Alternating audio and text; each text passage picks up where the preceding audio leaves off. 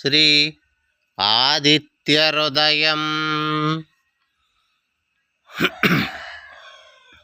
ततो युद्धः परिश्रान्तं समरे चिन्तया स्थितं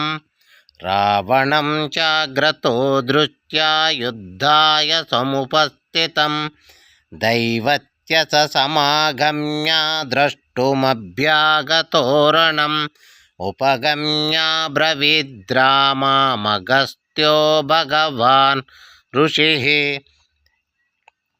अगस्त्य उवाच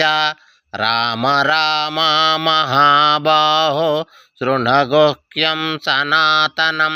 येन सर्वा नरीन् वत्स समरे विजयिष्यसि। आदित्यहृदयं पुण्यं सर्वशत्रुविनाशनं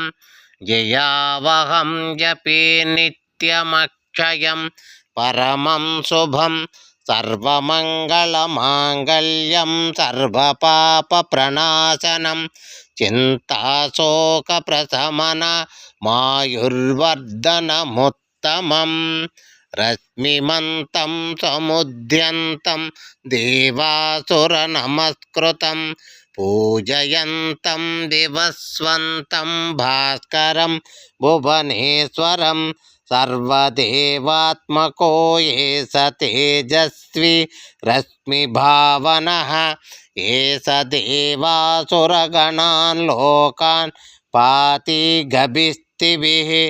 एष ब्रह्मा च विष्णुश्च शिवस्कन्दः प्रजापतिः महेन्द्रो धनधः कालो यमः सोमो ह्यपाम्पतिः पितरो वसवः साध्यास्विन् मरुतो मनुः वायुर्वग्निः प्रजा प्राण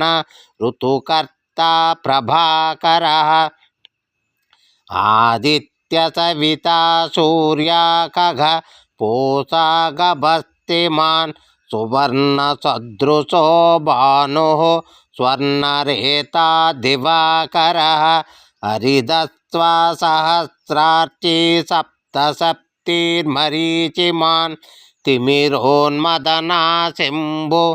त्वष्टमार्ताण्डहंसुमान् हिरण्यगर्भाशिशिरस्तवनो भास्करो रविः अग्निगर्भोदिते पुत्रा शङ्ख शिशिरनाशनः ओमनादातमो भेदि ऋग्वजूसामपारगः घनवृष्टिरपामित्रो विन्ध्यवीधि प्लवङ्गमः अतपि मण्डली मृत्युः पिङ्गल सर्वतापनः रविर्विश्वो महातेजो रक्तसर्व भवोद्भवः नक्षत्राग्रहताराणामधिपो विश्वभावनः तेजसामपि तेजस्वी द्वादशात्मन् नमोऽस्तु ते नमः पूर्वाय गिरये पश्चिमायाद्रये नमः ज्योतिर्गणानां पतये दिनाधिपतये नमः जयाय जयभद्राय हर्यस्वाय नमो नमः नमो नमः सहस्रांशो आदित्याय नमो नमः नमः उग्राय वीराय सारंगाय नमो नमः नमः पद्मप्रबोधाय मार्ताण्डाय नमो नमः ब्रह्मेशानाच्युतेशाय सूर्यादित्यवर्चसे भास्वते सर्वभक्षाय रौद्राय वपुषे नमः तमुग्नाय हिमग्नाय चित्रुघ्नाय मितात्मने कृतघ्नघ्नाय देवाय ज्योतिषा पतये नमः तप्तसामीकराभाय वक्नये विश्वकर्मणे नमस्तये विनिघ्नाय रवये लोकसाक्षिणे नाशयत्वेष वैभूतं तदैव सृजति प्रभुः पायत्वेषा तपत्वेष वर्षत्वेषा गभिस्तिभिः एष सुप्तेषु जागर्ति भूतेषु पटिनिष्ठितः एष चैवाग्निहोत्रं च फलं चैवाग्निहोत्रिणां वेदा च क्रतवच्चैव क्रतूनां फलमेव च यानि कृत्यानि लोकेषु सर्वयेषु रविः प्रभुः येन मापच्चु कृच्छ्रेषु कान्तारेषु भयेषु स कीर्तयन् पुरुषः कच्चिन्नावसीदति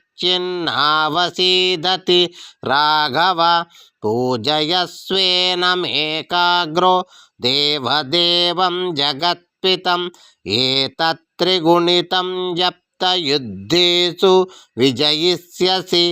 अस्मिन् क्षणे महाबाहो रावणं त्वं वधिष्यसि एवमुक्ता तदागस्त्यो जगामत